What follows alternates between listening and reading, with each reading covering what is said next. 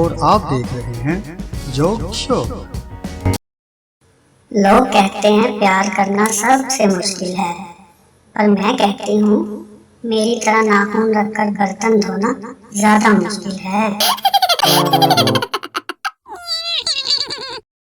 कल मेरे साथ बहुत बुरी हुई। मैं शेखों के घर गई, उन्होंने मुझे मारा भी और मेरा चूहा भी छीन लिया।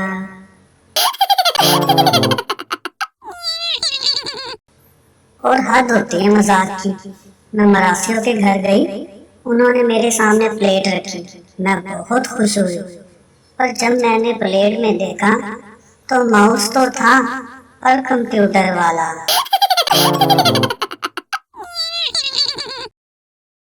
आज मैं इतनी खुश हुई जब मैंने खुद को टीवी पर देखा, पर जब टीवी को गौर से देखा तो टीवी तो बंद था।